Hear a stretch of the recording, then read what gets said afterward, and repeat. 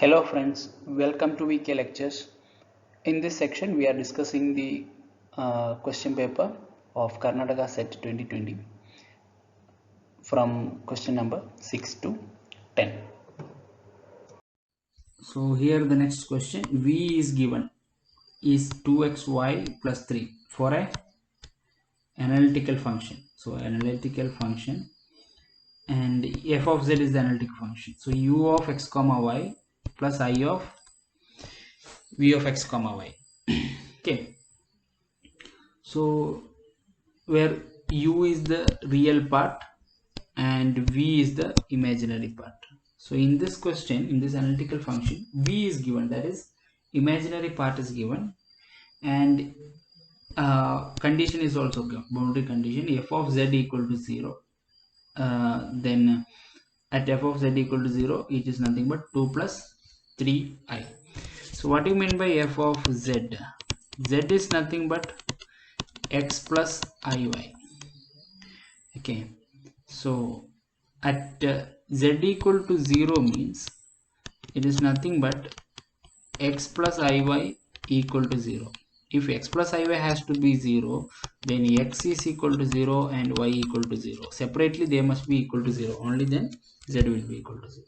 So the condition given is f of z at x equal to 0 and y equal to 0 is nothing but 2 plus 3i. That means your u is equal to 2 and your v value at z equal to 0 is 3. Now coming to the question, we have v given. How to find out u is the question. So u is nothing but integral dou v by dou y into dx minus integral dou v by dou x into dy. Dou v by dou y. Now what is dou v by dou y? With respect to y you have to differentiate, so you get 2x. So integral 2x dx minus integral dou v by dou x is nothing but 2y dy plus some constant will be there, constant of integration. So that is equal to 2x integral x square minus y square 2y integral plus c. So that is u. But u at x equal to 0, y equal to 0 is given as 2. Okay, so u at x equal to 0 and y equal to 0. So that is equal to 0 minus 0 plus c equal to what? 2. So which means c equal to 2. Just substitute the value of c here, you get the answer. So x square minus y square plus 2. So this is your option C. So the value of the integral, closed integral over C, where C is a unit circle with origin as its center, and integration is done in clockwise path. So these are the things you have to remember. This is clockwise. So integral. Now what is z? Z is a complex number, x plus iy.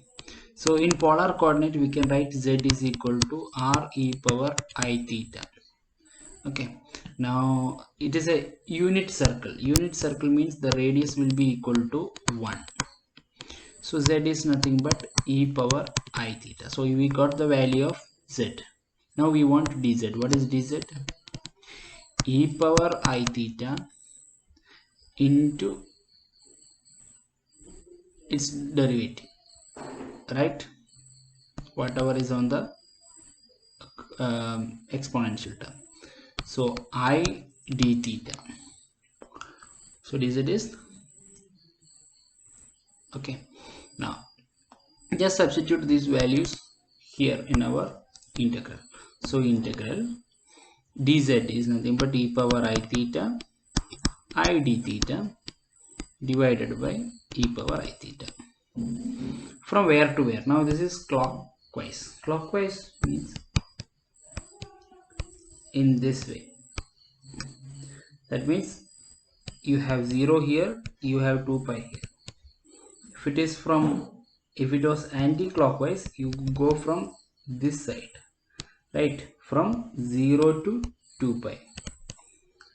Since it is clockwise, it is goes in this direction. That means from 2 pi you have to go to 0. So what is left?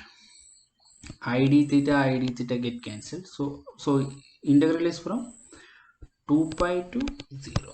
Okay, so I d theta, I comes outside, d theta from where to where? 2 pi to 0. So that is nothing but I into 0 minus 2 pi. So 0 minus 2 pi. So minus 2 pi I. So your answer is B. Here we can see the question number 8. The number of independent parameters of the group O3 and SU of 2, okay, are respectively. Now what independent parameters is what is asked. Now here you have O3, right? This is O3 is R of, that means this is a rotational matrix. Now what is O3? O3 is nothing but orthogonal group. Orthogonal group, okay, it's an orthogonal group in three-dimensional Euclidean geometry. Now when you write O3, it's a rotational matrix. It's a function of psi, theta and phi. Now psi is nothing but the radius. Now here from this, for all the points on this sphere represents what? An orthogonal group, okay, or the element in this group. Then what are the variables? This is variables are psi, theta and phi. So how many? 3 independent parameters. Now what is SU of 2? Now this is special unitary group of 2 by 2 matrix, okay. Now so it just can be written as A. This is one of the example, cos theta by 2 e to the power I psi plus phi. Now here also you can see there are 3 independent variables. One is theta, psi and phi. So here also we get 3 independent parameters. Now here they have the limits for each of the variable, okay. So what is the answer here? 3, 3. So your option is option A.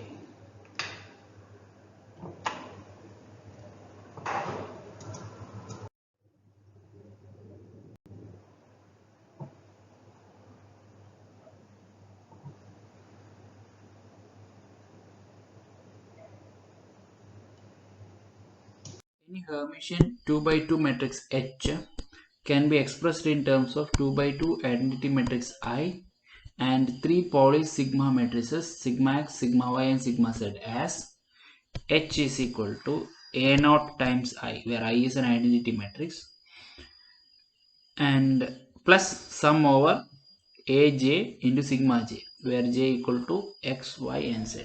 So this we can write it as H is equal to A naught into I plus sigma x into Ax plus sigma y into Ay plus sigma z into Az. Now this is one of the property of spin matrix. Pauli's spin matrices. Now what are A naught, Ax, Ay and Az? A naught, Ax, Ay and Az are real numbers. Not only Hermitian, any 2 by 2 matrix can be represented in this form. Now what about spin 1? This is spin half, Pauli spin half matrices. What about spin 1? Then also every 3 by 3 matrix, 3 by 3 matrix H, Hermitian matrix or any matrix of square matrix of order 3 can be expressed as in this form. Then this becomes identity matrix of 3, order 3, and sigma x, sigma matrices are spin 1 matrices. So your option is where A0, AX, AY, AZ are real numbers.